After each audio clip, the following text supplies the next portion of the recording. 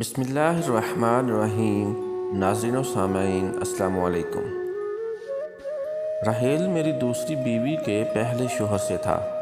جڑواں بیٹوں کی پیدائش کے وقت کچھ ایسی پیچیدگی پیدا ہو گئی کہ میری پہلی بیوی بچ نہ سکی۔ بچوں کی دیکھ بھال کے لیے اماں فوری طور پر خیر النساء کو بہلائیں اور یوں راحیل بھی ہماری زندگی میں چلا آیا۔ پہلے دن اماں نے اس کا تعارف کرواتے وقت کہا، بیٹا خیر النساء بہت اچھی عورت ہے اور دکھی بھی ہے، تیرے گھر اور بچوں کو بہت پیار سے سنبھال لے گی، بس اپنے بچے کے خاطر تجھے اس کے لڑکے کو بھی گھر میں برداشت کرنا ہوگا، اب وہ اس بدذات کو بھلا کہاں چھوڑے۔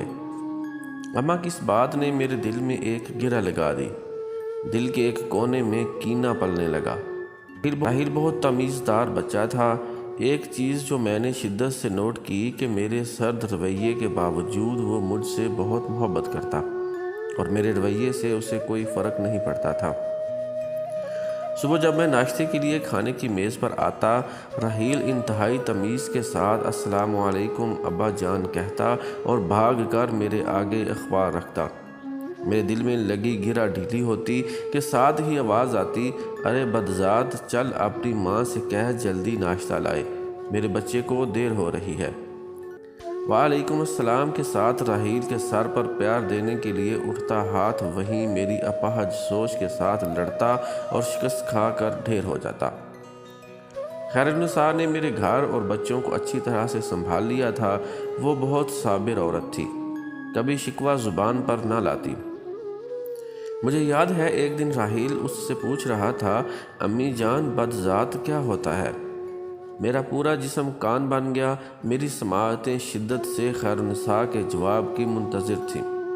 مسکرا کر کہنے لگی، جب کوئی بہت پیارا لگے اور نظر لگنے کے ڈر سے آپ بتانا نہ چاہیں تو اسے بدذات کہتے ہیں۔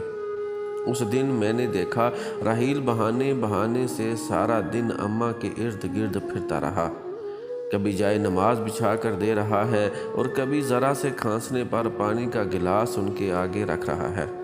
اماں کی آواز آئی، ارے بدذات، کیوں میری جان کھا رہا ہے؟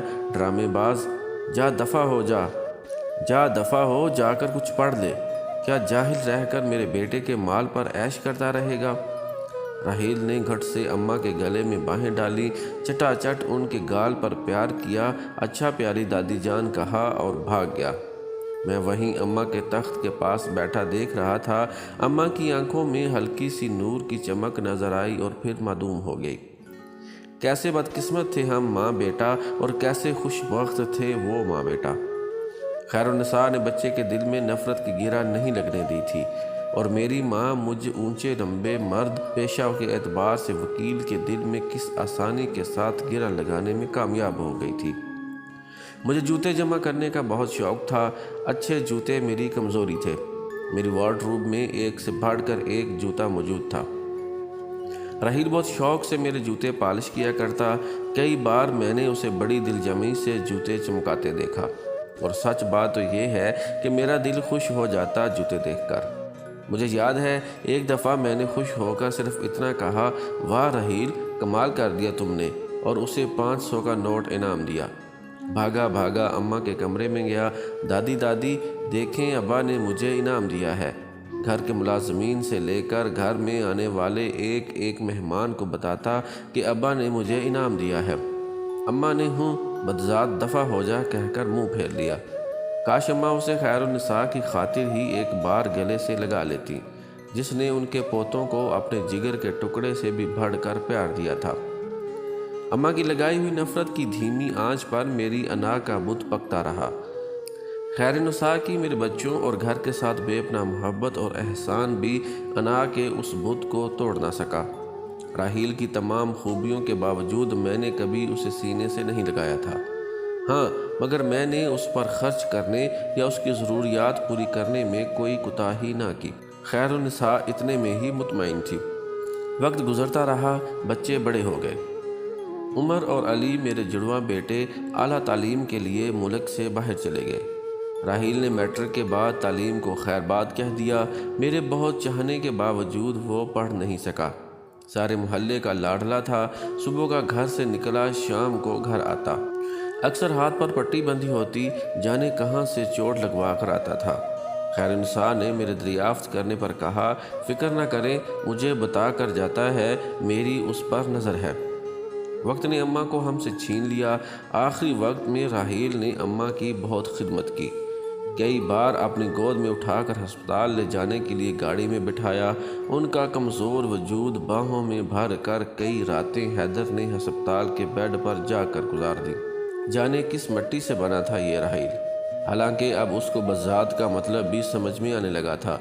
مرتے سمے اماں کے ہاتھ راحیل کے آگے جڑے ہوئے تھے، جنہیں چوم کر اس نے اپنے ہاتھوں سے اماں کی آنکھیں بند کیں اور میرے ساتھ انہیں لحد میں اتارا۔ میرے دونوں بیٹے چاہنے کے باوجود دادی کی آخری رسومات میں شریک نہ ہو پائے۔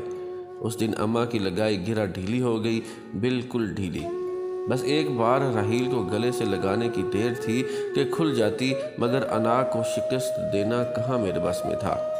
عمر اور علی نے پڑھائی مکمل ہونے کے بعد شادیاں کر لیں اور ادھر کے ہی ہو کر رہ گئے، سال میں ایک بار بس ملنے کے لیے آ جاتے۔ اب کے ڈانس سٹیپ میں وقت کا پاؤں میری قسمت پر تھا۔ مجھے اپنی کارکردگی پر ایک بہت بڑا ایوارڈ ملنے والا تھا کہ مجھے فالج ہو گیا۔ چمکتے بوٹ پہننے والے پاؤں مفلوج ہو گئے۔ کیا عثمان شاہ ننگے اور ٹھٹرتے پاؤں کے ساتھ وہیل چیئر پر ایوارڈ وصول کرے گا؟ جس انا کے بت کو میں نہ توڑ پایا، اللہ نے اسے توڑ ڈالا۔ نوکروں کی فوج کے باوجود راحیل میرے سارے کام اپنے ہاتھ سے کرتا۔ تقریب والے دن اس نے مجھے اپنے ہاتھوں سے بہترین لباس پہنا کر تیار کیا، جیسے کوئی باپ اپنے بچے کو اسکول کے پہلے دن کے لیے تیار کرتا ہو۔ پھر ایک انتہائی خوبصورت کالے چمڑے کے بوٹ میرے پاؤں میں پہنانے لگا، جو کہ اسپیشل میرے پاؤں کے لیے بنے تھے۔ مجھے جوتوں کی بہت پہچان تھی۔ جوتے کسی بہت مہنگی کمپنی پر آرڈر دے کر بنوائے گئے تھے۔ ایوارڈ کے لیے میری ویل چیئر چلانے کے لیے اسپیشل انتظام تھا، مگر راحیل خود میری ویل چیئر چلا کر اسٹیج پر لایا۔ ایوارڈ ملنے کے بعد میرے گال پر بوسہ دیا اور کہنے لگا، آئی ایم پراؤڈ آف یو بابا۔ میں کہنا چاہتا تھا، میں بہت بار راحیل سے کہنا چاہتا تھا، I am proud of you my son, مگر کبھی نہ کہہ سکا۔ وہ ایک بار پھر جیت گیا۔ یہ مائیں بڑی ظالم ہوتی ہیں، ان کی لگائی گرہیں بہت سخت ہوتی ہیں، وقت کے ساتھ ڈھیلی تو پڑ جاتی ہیں مگر کھل نہیں پاتی۔ میرے کان میں اماں کی آواز آئی، بد ذات، آج شاید میری انا کا امتحان تھا۔ ایوارڈ کی تقریب کے بعد راحیل مجھے جوتوں کی ایک فیکٹری میں لے گیا۔ اندر داخل ہوتے ہی میں نے دیکھا ہر کوئی راحیل کو سلام صاحب کہہ رہا ہے، اور پھر راحیل مجھے ایک دفتر میں لے گیا جہاں ایک بہت خوبصورت بزرگ بیٹھے تھے۔ راحیل کو دیکھتے ہی اٹھ کر آئے، اس کے سر پر ہاتھ پھیرا اور کہنے لگے، مبارک ہو عثمان شاہ صاحب، اللہ کو کوئی تو آپ کی بات پسند آئی ہوگی جو اس نے آپ کو راحیل جیسا بیٹا دیا۔ یہ آپ کے بیٹے کی فیکٹری ہے، آپ کا بیٹا دنیا کا سب سے مشہور شو میکر ہے۔ مجھے یاد ہے ایک دفعہ میری پسند کے بہت مہنگے جوتے خراب ہو گئے تھے۔ جوتے اٹلی کے تھے اور واپس کمپنی میں بھیجنے میں بہت وقت لگتا۔ راحیل نے بڑے ماہر موچی بابا جی کو ڈھونڈ کر ان سے میرے جوتے مرمت کروائے۔ یہ وہی جوتے تھے جن پر خوش ہو کر میں نے اسے 500 کا نوٹ انعام میں دیا تھا۔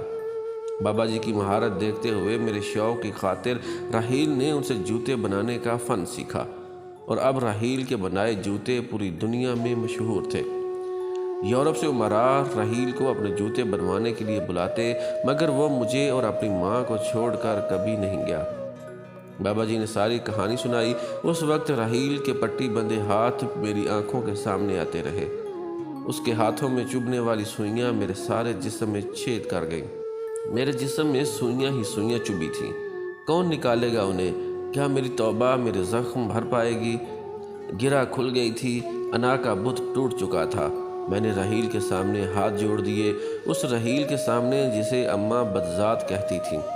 راحیل نے میرے آنسو صاف کیے، میرے قدموں میں بیٹھ گیا اور کہنے لگا، میرے سب دوستوں کے پاس ابو تھے، نانی مجھے اللہ سے دعا مانگنے کا کہتی اور میں نے بہت بار اللہ سے دعا مانگی۔ آپ میری دعاؤں کا ثمر تھے، میرے اللہ کا انعام تھے، میں آپ سے محبت کیسے نہ کرتا۔ آپ مجھے بہت پیارے ہیں ابا۔ آپ کی نظر کرم 500 کا وہ ایک نوٹ میری زندگی کا کتاب کا بہترین باب بن گیا، جس نے میری زندگی بدل ڈالی۔ میں اپنے ابا کا پسندیدہ بیٹا بننا چاہتا تھا اور وہ بن گیا۔ وہ میرا سب سے پیارا بیٹا بن گیا۔ خیر النساء پاس بیٹھی رو رہی تھی، مگر اس کی پیشانی چمک رہی تھی۔ وہ راحیل کی ماں تھی۔ اس نے راحیل کو محبت کرنا سکھایا تھا۔ کاش میری ماں نے بھی مجھے محبت کرنا سکھایا ہوتا۔ اس رات جب راحیل نے اپنے ہاتھوں سے بنائے ہوئے میرے بوٹ اتار کر مجھے بیڈ پر لٹایا تو زندگی میں پہلی بار میں نے اس کا منہ چوم کر کہا، "I am proud of you my son. I love you more than everything."